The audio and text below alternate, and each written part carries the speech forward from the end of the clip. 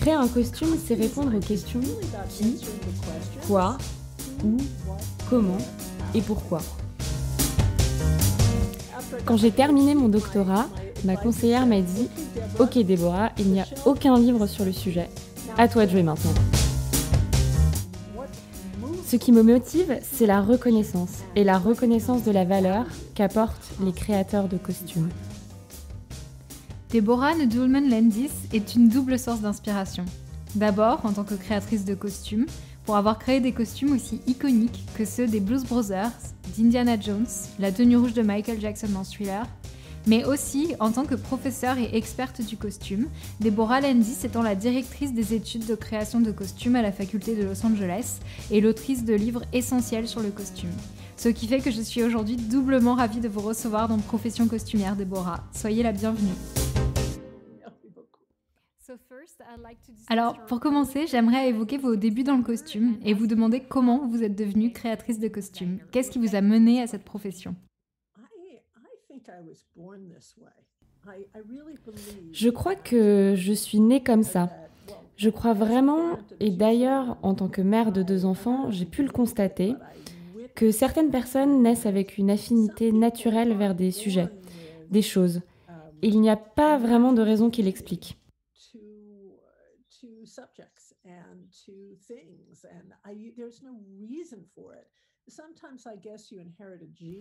Parfois, j'imagine que l'on hérite d'un gène qui rend plus musical, plus artistique, meilleur en mathématiques. C'était vraiment le cas d'ailleurs pour mon frère, qui était un prodige en mathématiques. Donc moi, je suis née avec une inclinaison vers le costume. Et c'est intéressant parce que très tôt, on peut sentir la différence entre la mode et le costume.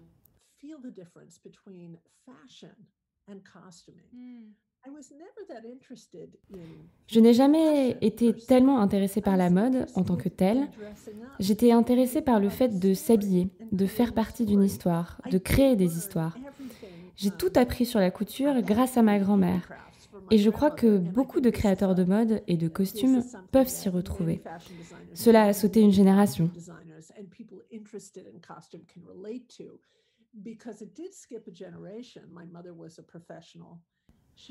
Ma mère était professeure pour malentendants et elle n'était pas intéressée par tout ce qui était manuel. Mais ma grand-mère, en revanche, qui était allée à la fac et était devenue pharmacienne, je m'asseyais entre ses jambes et je l'aidais à coudre sur sa machine.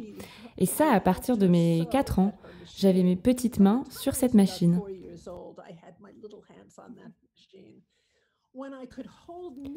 Dès que j'ai pu tenir des aiguilles à tricoter, ma grand-mère m'a appris le tricot. Parce que j'étais intéressée, j'avais cette inclinaison. Mes mains étaient toujours occupées, elles le sont toujours d'ailleurs.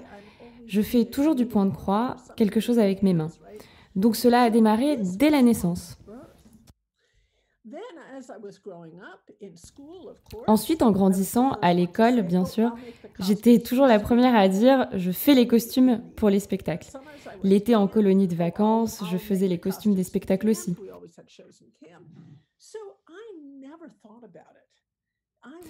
Donc en fait, je ne me suis jamais posé la question. J'ai toujours été attirée par les costumes comme un aimant. J'en avais besoin. Et au lycée, je me suis de plus en plus intéressée à l'histoire. C'est intéressant, à l'école, j'étais très bonne en littérature, mais c'est l'histoire qui capturait mon imagination. Parce que je ne voyais jamais la différence entre les personnages historiques dans nos livres et nous.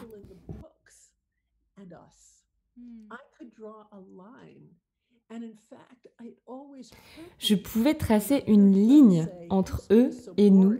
Et d'ailleurs, ça me blessait quand mes amis disaient « l'histoire, c'est ennuyeux ». Et je me disais « mais non, l'histoire, c'est vivant, ça n'a rien d'ennuyeux. Laissez-moi faire tous ces vêtements et on fera un spectacle et vous verrez à quel point c'est passionnant, macabre, fantastique et romantique l'histoire ».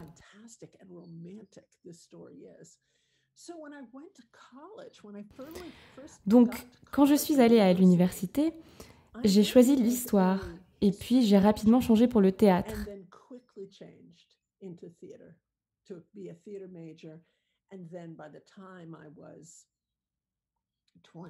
Et ensuite, quand j'avais 20 ans, je suis partie à UCLA, l'Université de Californie à Los Angeles. Ce qui est ironique, je voulais partir loin de mes parents et de New York, et là, j'ai étudié la création de costumes. Voilà l'histoire de ma vie. Et ensuite, pour avancer dans le temps, quand vous étiez à Los Angeles, vous avez rencontré le réalisateur John Landis, qui est également devenu votre époux. Oui, en fait, on ne s'est pas rencontrés en travaillant sur un film du tout. C'était un ami de mon premier amoureux quand j'avais 18 ans.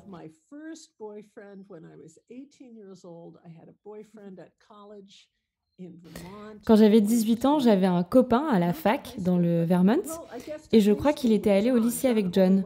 Bon, John n'a fait qu'une année de lycée, mais ils étaient amis et puis bon, mon amoureux m'a tristement, je ne sais pas comment vous dites en français, mais bon, il m'a larguée.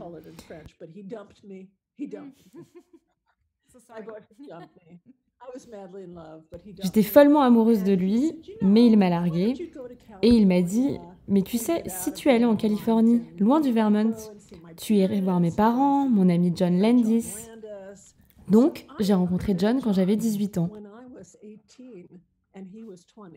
Lui, il en avait 20 et on n'était pas ensemble tout de suite, mais on est devenus amis. On a été amis 5 ans avant d'être ensemble. Et ensuite, vous avez collaboré sur de nombreux projets, parmi lesquels les Blues Brothers et aussi Thriller, le clip de Michael Jackson de 13 minutes. Je me demandais si vous pourriez nous parler du processus créatif pour les costumes iconiques des personnages principaux des Blues Brothers. J'ai entendu dans une de vos interviews que vous aviez été inspiré par un autre duo comique célèbre, Laurel et Hardy.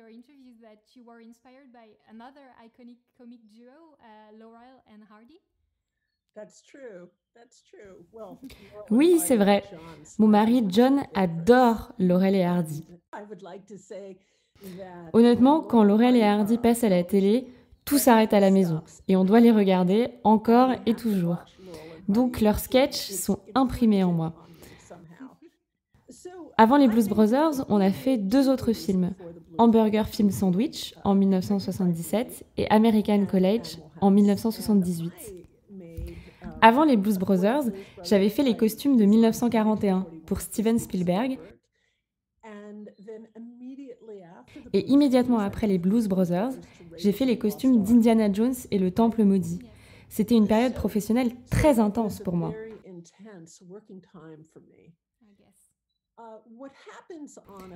Ce qui se passe pour tous les films, pour un créateur de costumes, et si on regarde ma carrière, j'ai lu le scénario de Hamburger Film Sandwich. J'ai fait les costumes pour un tout petit budget.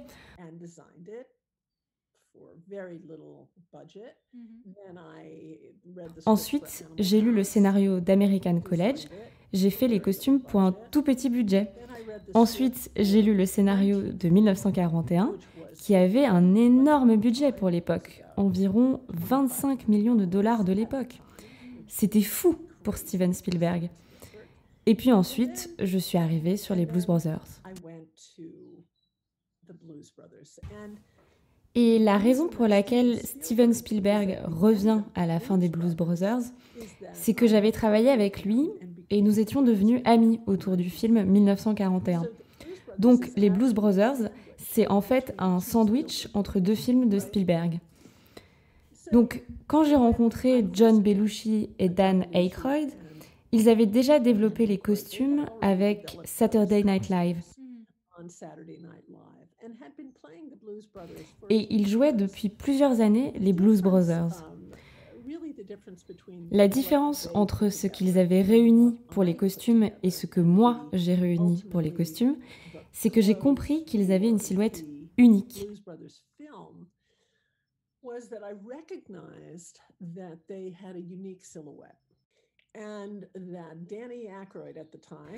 Et que Danny Aykroyd, à l'époque, était très grand et fin. Et John n'était ni très grand, ni très fin. Et il y avait une opportunité de créer des silhouettes très fortes.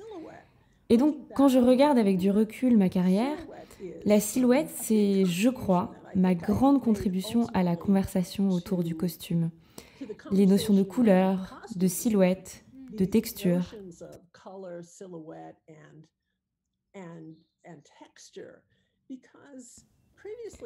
Parce qu'avant, je ne crois pas qu'on mettait des mots là-dessus. Mais la silhouette, c'est primordial dans un plan de cinéma. Par exemple, vous et moi, nous nous voyons sur Zoom.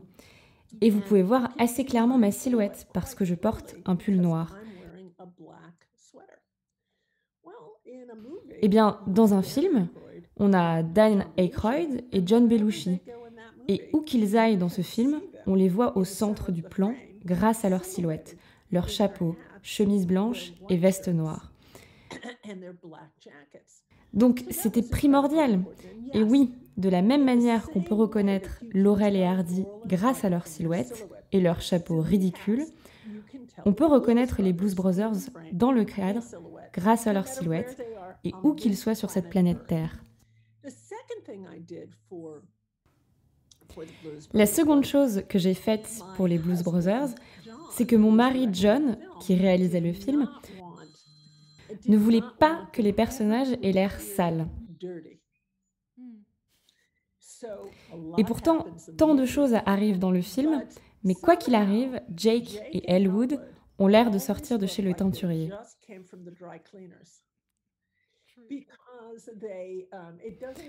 Ça n'a pas d'importance ce qui se passe autour d'eux, les explosions, les chutes, les bagarres.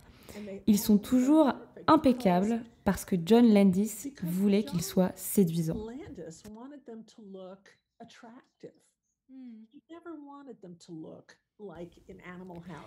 Il ne voulait pas qu'ils aient l'air des personnages d'American College, où John Belushi a de la nourriture sur ses vêtements, il est dégoûtant. D'une certaine manière, ils sont assez élégants, non? Ils sont cool, ils sont élégants. Et c'était aussi accidentel, naturel. Ils devaient avoir l'air séduisants.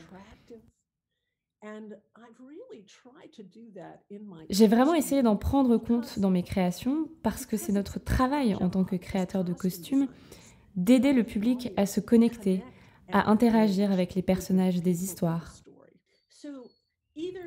Donc, soit on a envie d'être avec eux ou d'être eux.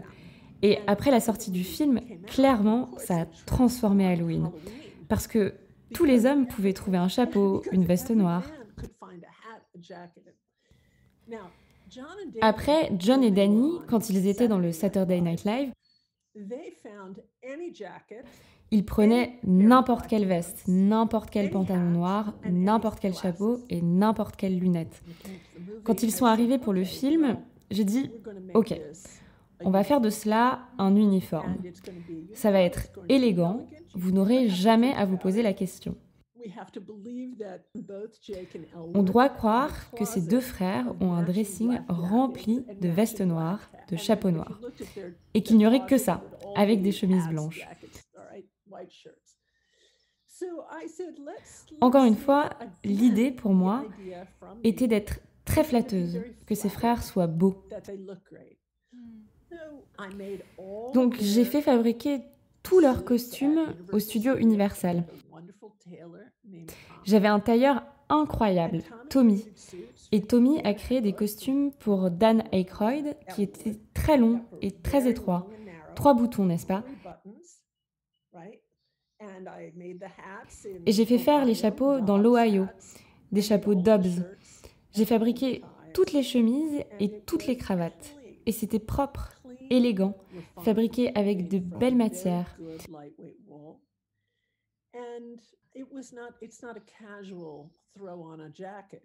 Et ça n'était pas juste une veste jetée comme ça. C'était une pièce élégante, de haute couture. Pour Jake, une veste à 2 boutons pour allonger la ligne. C'était plus flatteur pour John Belushi. Et puis tout le reste, comme son frère, n'est-ce pas?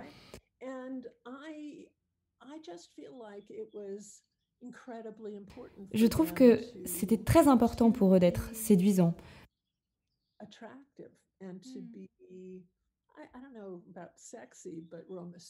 Peut-être pas sexy, mais romantique, ça c'est sûr.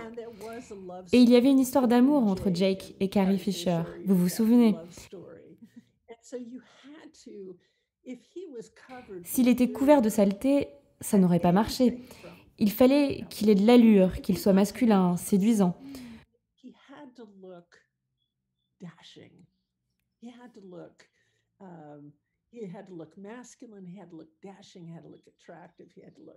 Une sorte de Gary Cooper, mais John Belushi malgré tout. Hmm. Et dans le film, on retrouve aussi d'incroyables stars de la musique comme James Brown, Aretha Franklin, Ray Charles. Comment c'était de créer des costumes pour de telles icônes? C'était fantastique. J'ai adoré travailler avec Aretha. J'ai travaillé avec elle 2 fois, pour les Blues Brothers et puis les Blues Brothers 2000. Bien sûr, j'ai créé cet uniforme rose de serveuse pour elle. Et en termes de design, je pense que tous les auditeurs comprendront pourquoi je lui ai mis ce cardigan rose.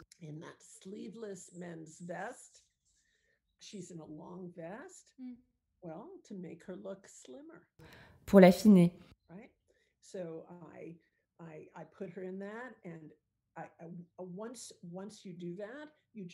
Une fois que l'on crée cette ligne verticale vers l'avant, j'ai pensé à des chaussons de maison, des claquettes. D'ailleurs, il y a une photo de moi que je pourrais vous envoyer. Ah oui, j'adorerais voir. En train de salir son tablier.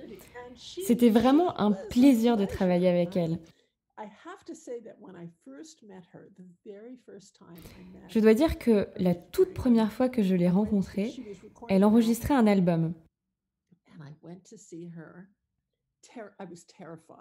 Je suis allée la voir, j'étais terrifiée. Et elle portait des talons de 10 centimètres, roses, très hauts.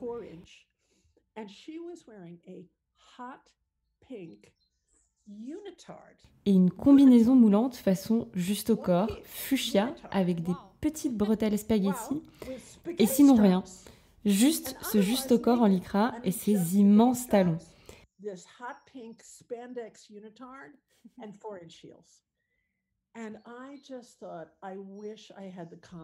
Et je me suis dit, j'adorerais avoir la confiance de cette femme. Oh mon Dieu! Moi, je suis très pudique. Je m'habille de manière très modeste. Et je suis entrée dans cette pièce et j'ai été émerveillée.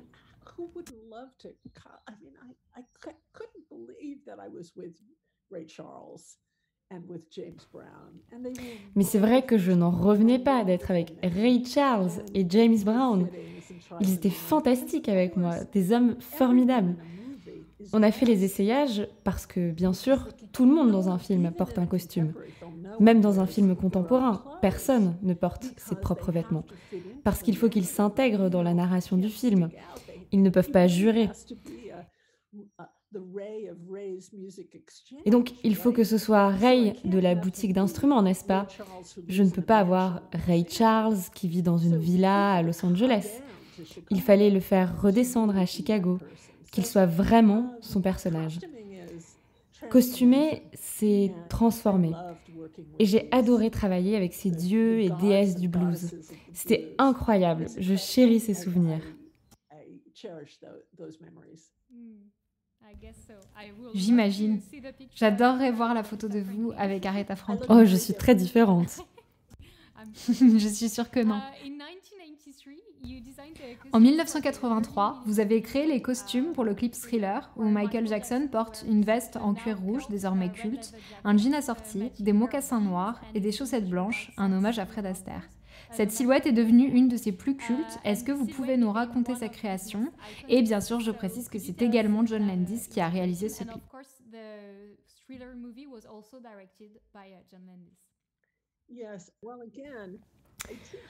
Oui, et bien, à nouveau, j'enseigne la création de costumes. J'enseigne tous les ans à l'Institut du film américain. J'enseigne à l'Université de Californie, à Los Angeles, à l'USC, l'École des arts cinématographiques. Il y a 20 ans, un étudiant de l'École des arts cinématographiques est venu me voir au début du cours. Et il m'a dit « Professeur Landis, je ne peux pas assister à ce cours. » Alors je l'ai regardé et je lui ai demandé pourquoi. Il m'a dit « Eh bien, parce que je ne sais pas coudre. Et je lui ai répondu, mais est-ce que vous voyez des machines à coudre ici? Non.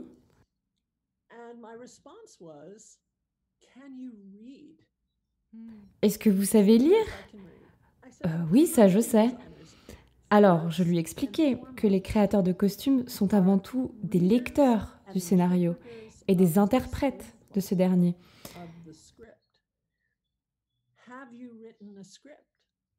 Vous avez écrit des scénarios? Ah oui, j'ai eu des cours d'écriture, j'ai écrit un script. Eh bien, mon job, en tant que créatrice de costumes, c'est de vous aider à rendre les personnages de votre script vivants. Oh! Et voilà, il s'est assis à mon cours, parce que c'est le but de tout réalisateur, de rendre vivants ces personnages. Donc, Céleste, avec Thriller, John et Michael avaient une idée, et John a écrit un petit scénario. Il était petit car le film durait 15 minutes. Et puis, il a constitué une équipe. Il a embauché l'équipe qui avait travaillé sur Le Loup-garou de Londres. Donc on est passé de ce film à Thriller. Rick Baker faisait le maquillage, Rob Painter était le chef opérateur, et moi je m'occupais des costumes.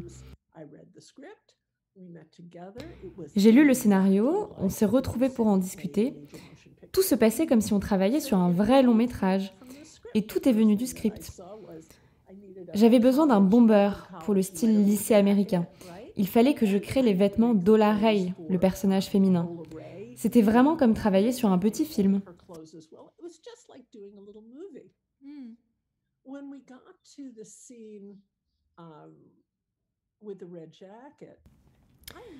Quand on est arrivé à la scène avec la veste rouge, on en avait beaucoup discuté. Où est-ce que cela va être tourné?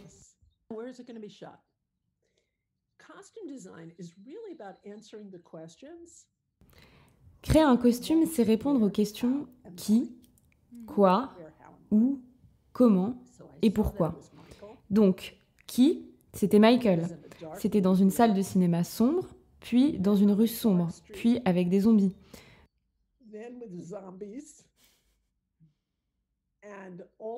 Tout dans les tons gris, presque des teintes d'un film noir et blanc. Pour plein de raisons, je dirais que la création de costumes est réductive.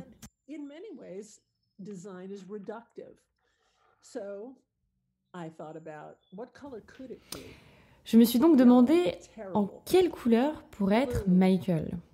Jaune, terrible. Bleu, non, je n'aime pas trop cette couleur. Blanc, absolument pas. Je travaille avec des Afro-Américains noirs. La couleur va se perdre.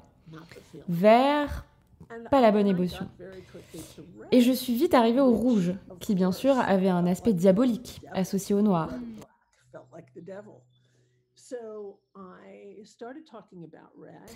J'ai donc commencé à parler de rouge et très vite est venue une idée d'un design qui, maintenant que je le regarde avec le recul des années, a un aspect très super-héros.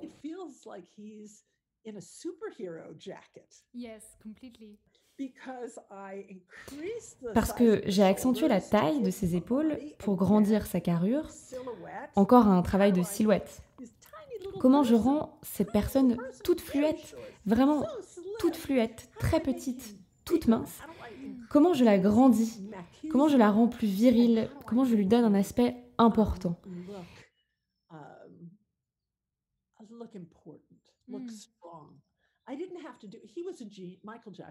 Michael Jackson était un génie, aucun doute là-dessus. Je n'avais pas ajouté, on ne pouvait pas ajouter de talent, mais je voulais que tout le monde le voie et que tout le monde soit impressionné par lui dans le noir. Et je devais choisir une couleur qui ne le noirait pas, qui n'écraserait pas sa carnation, son visage. Quelque chose qu'il porterait lui, et pas l'inverse, vous voyez. Pas un costume qui attirerait l'œil plus que lui.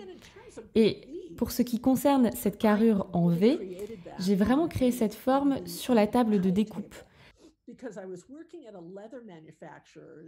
Parce que je l'ai travaillé dans une manufacture de cuir, et en regardant le modèle sur la table de découpe, encore une fois, je pensais, comment donner à ce jeune homme, Michael, un corps, une prestance. Et avec ce V, encore une fois, c'était très intuitif.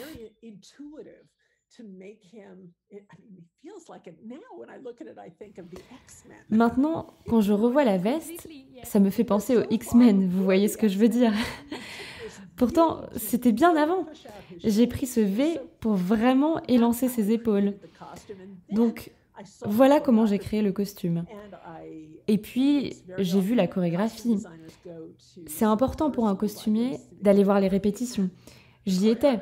Les chorégraphies étaient en forme de V, avec Michael en haut du V. Donc, on avait un costume en forme de V et une choré en forme de V également. Et soudain, c'est devenu un plan très fort. Et toute cette narration visuelle aide Thriller.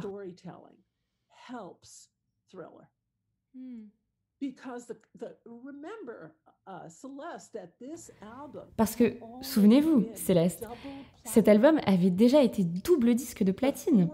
Le clip était sorti, et cette chorégraphie fantastique, plus l'histoire visuelle, tout cela était si fort, grâce à John Landis, n'est-ce pas? C'était si fort, c'était irrésistible.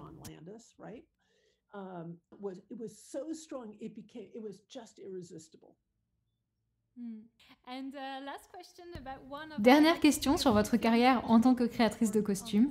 Vous avez travaillé sur tant de projets, ça n'était pas facile, mais j'ai choisi le premier Indiana Jones, donc Indiana Jones et le Temple maudit. Comme vous l'évoquiez précédemment, vous aviez déjà collaboré avec Steven Spielberg sur le film 1941 et vous vous êtes retrouvé pour ce film. Et j'ai lu dans l'une de vos interviews que vous aviez conçu les costumes pour Tom Selleck initialement, et puis il n'a pas pu jouer le rôle, et ce costume si culte à présent a finalement été porté par Harrison Ford. Alors, est-ce que vous pourriez nous parler de cette expérience et du design de la silhouette d'Indiana Jones? Le personnage a d'ailleurs ensuite vécu dans d'autres films, donc vous avez vraiment contribué à construire ce héros.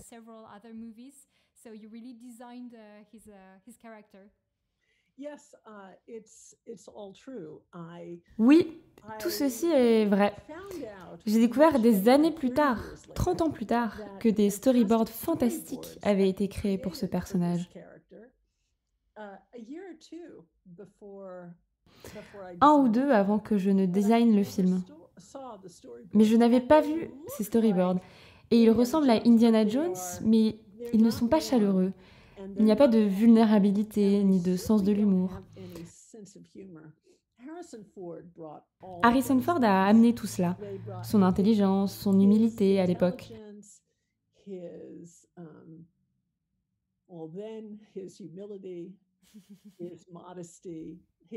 Sa modestie, son sens de l'humour. Il a apporté tout cela à Indiana Jones. Je ne pourrais pas dire comment cela aurait été avec Tom Selleck. Quand j'ai commencé à travailler sur le film, ici, à Los Angeles,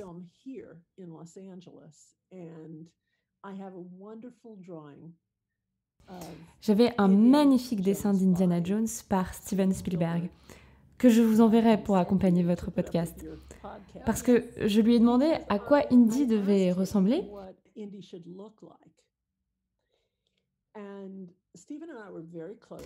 Et Steven et moi, nous étions très proches à l'époque. Et il a fait ce dessin sur mon carnet de croquis. Je vous l'enverrai. Donc il avait une vision très précise. Disons que ça n'était pas unique. Il y a au moins 2-3 films que j'ai en tête où le héros est exactement habillé comme cela. Charlton Heston à 2 reprises dans Le secret des Incas de 1954, qui est quasiment exactement Indiana Jones et le Temple maudit. C'est presque un remake de ce film.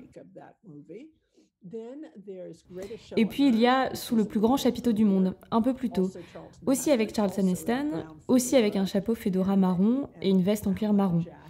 Et puis Ellen Wade était aussi dans plusieurs films avec un fedora brun. Donc je ne veux pas dire que j'ai créé l'archétype. L'archétype était déjà là.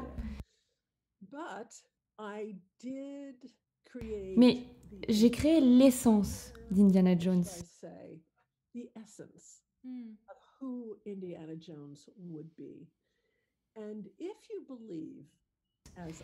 Et si l'on croit comme moi, et comme Martin Scorsese le croit aussi, que le costume est le personnage, que l'on est essentiellement qui l'on porte,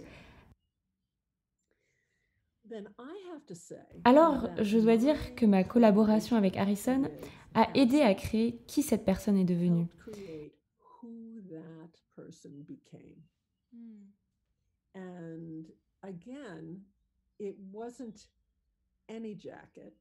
Et encore une fois, ça n'était pas n'importe quelle veste, n'importe quel chapeau, n'importe quel pantalon ni chaussures. C'était bien plus que ça. Par exemple, la veste, il fallait la zipper. Enfin, j'ai décidé que ça rendrait beaucoup mieux si Harrison pouvait garder sa veste zippée et près du corps, mais quand même utiliser son fouet. Donc, dans le dos de la veste, j'ai fait des grandes fentes pour qu'il soit très à l'aise, qu'il puisse étirer ses épaules. La liberté de mouvement. La liberté de mouvement, oui. Donc, ça n'est pas quelque chose qu'on va trouver en boutique. Et bien sûr, j'ai fait toutes ces vestes à Londres, chez Bermans Nathans, un atelier de costumes qui n'existe plus maintenant. Et j'ai patiné la première veste moi-même, parce que, bien sûr, encore une fois, le public n'est pas censé le savoir, mais Indiana Jones, c'est un homme qui vit dans ses vêtements, qui dort dedans, enlève sa veste, la roule et la met sous sa tête, dort dans le désert.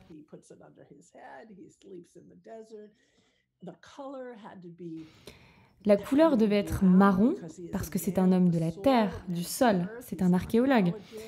Et par contre, quand on le voit à l'université, c'est un homme plutôt élégant, soucieux de son apparence.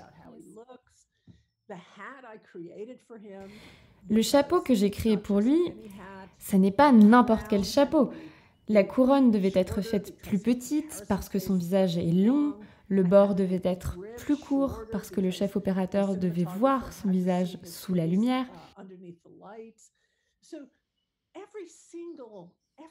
Donc, chaque moindre détail est personnalisé pour l'acteur, pour sublimer sa performance. Et je ne crois pas que, de manière générale, le public comprenne que la création de costumes et la performance de l'acteur sont complètement liées à un niveau génétique. L'acteur devient quelqu'un d'autre en se servant du costume, comme d'un pont vers cet autre. Il y a des éléments d'Indiana Jones dans Harrison Ford, mais Harrison Ford n'est pas Indiana Jones.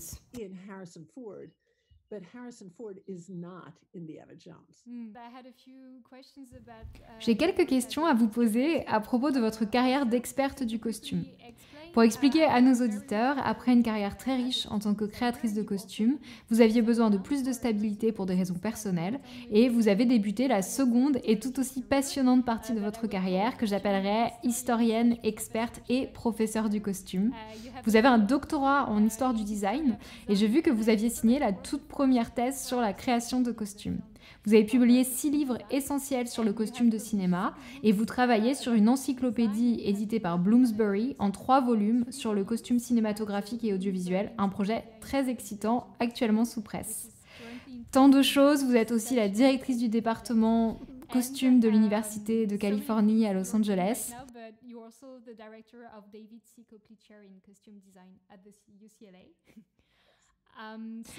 Alors, je me demandais, en tant que professeur de création de costumes, qu'est-ce qui vous motive le plus ? C'est une question très large, Céleste. Ce qui me motive le plus, c'est bien... J'ai une passion pour tous les vêtements. Et je pourrais dire qu'il n'y a rien autour du vêtement qui ne m'intéresse pas.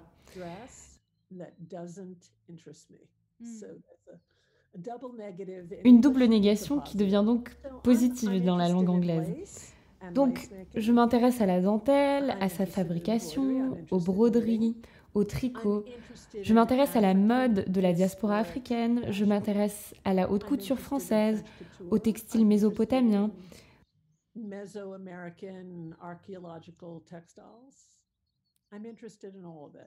Tout cela me passionne. Néanmoins, la création de costumes a été marginalisée dans l'industrie cinématographique et celle de la télévision. Et cela depuis le commencement.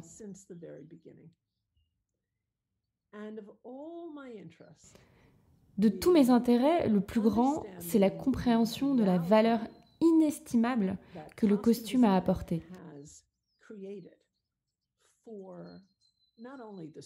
Non seulement au studio, mais aussi à la culture populaire mondiale. Et pourtant, personne ne connaît le nom de ses créateurs.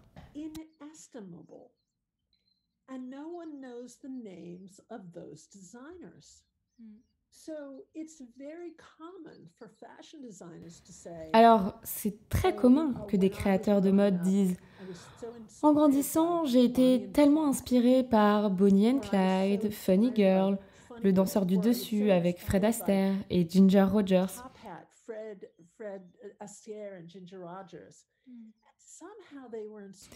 Étrangement, ils ont été inspirés par ces films, ces créateurs de mode, et le public aussi.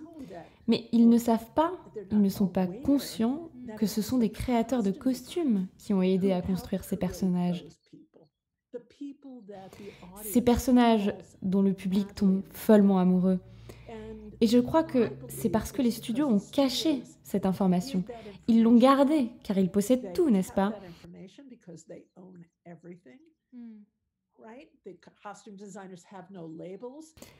Les créateurs de costumes n'ont pas d'étiquette. Par exemple, Céleste. Si vous allez chez Paramount ou Lucasfilm et que vous regardez toutes les vestes d'Indiana Jones dans le Temple maudit, vous n'y verrez pas d'étiquette, vous n'y verrez pas mon nom, dans aucune de mes créations. Alors, pour mes collègues et moi, et pour les illustres créateurs qui ont œuvré avant moi, cette reconnaissance n'a jamais eu lieu. Quelques personnes ont gagné un Oscar, quelques personnes sont reconnues, et la plupart pour des costumes qui ressemblent à des costumes, je veux dire des costumes d'époque. Donc mon sentiment, ma grande motivation, au-delà de ma passion pour les textiles et le vêtement, c'est la reconnaissance, et la reconnaissance de la valeur apportée par les créateurs de costumes. La mode, c'est une chose complètement différente, avec des raisons complètement différentes. J'adore la mode, mais ça n'est pas notre métier. Nous collaborons sur des histoires, et les personnes dans ces histoires doivent être crédibles à chaque instant. Et on ne sait jamais si ce que l'on va créer sera toujours présent dans 10, 20, 30 ans.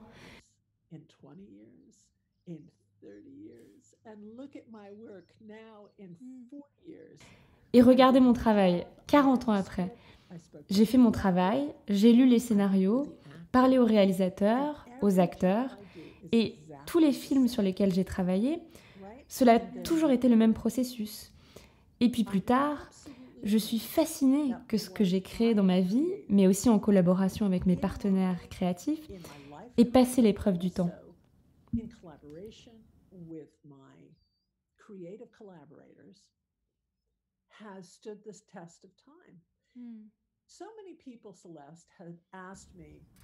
Tellement de gens, Céleste, m'ont demandé si je savais qu'Indiana Jones ou la tenue de Michael Jackson dans Thriller deviendrait si iconique.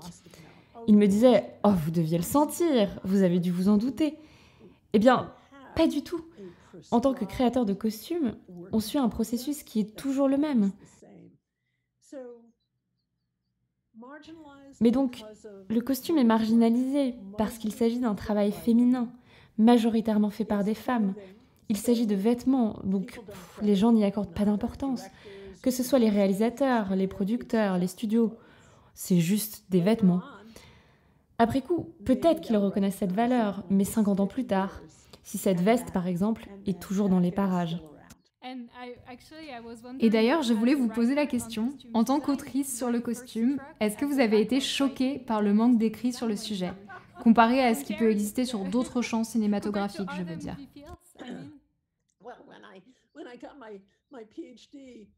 Eh bien, quand j'ai terminé mon doctorat, ma conseillère m'a dit « Ok Déborah, il n'y a aucun livre sur le sujet, à toi de jouer maintenant. »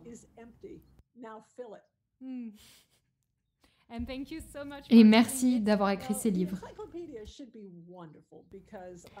L'encyclopédie devrait être fantastique, parce que j'espère que cela inclura de très nombreux films français, des costumes français. C'est un projet Oui, mondial. je sais que vous avez notamment travaillé en étroite collaboration avec la Cinémathèque française, par exemple. Oui, l'encyclopédie inclut des costumes de telenovelas mexicaines. Qui sont ces gens? Ils créent des modes vestimentaires démentes.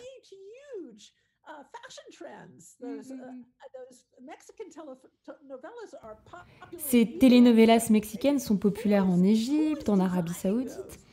Qui crée ces costumes? Donc oui, je suis très impliquée dans ce projet d'encyclopédie et quand le premier volume sortira en 2021, ce sera un site internet et tout le monde pourra y accéder. C'est un projet fantastique, j'ai vraiment hâte de le découvrir. Et dernière question, c'est aussi une question large, mais est-ce qu'il y a des costumes de films que vous aimez particulièrement à titre personnel et pourquoi? Avez-vous quelques préférés? Je préfère citer les noms de leurs créateurs. Alors, tant de mes amis considèrent Piero Tosi comme le plus grand créateur de costumes. Même en passant très peu de temps avec lui, il m'a tellement appris sur le costume. Juste le temps d'un déjeuner. Il n'était pas esclave de l'historicisme et il comprenait l'importance du costume et parfois aussi de l'anachronisme. Les gens le considèrent comme un grand créateur de costumes d'époque, mais en fait, il changeait tout au profit de sa vision. Je l'adorais. Je suis très touchée par le travail d'Anthony Powell, celui de Milena Canonero. J'avais une mentor, Theodora Van Runkel, qui a fait le design de Bonnie and Clyde. Et un jour, je suis rentrée dans une boutique Kate Spade et Bonnie and Clyde passait sur un immense écran dans la boutique.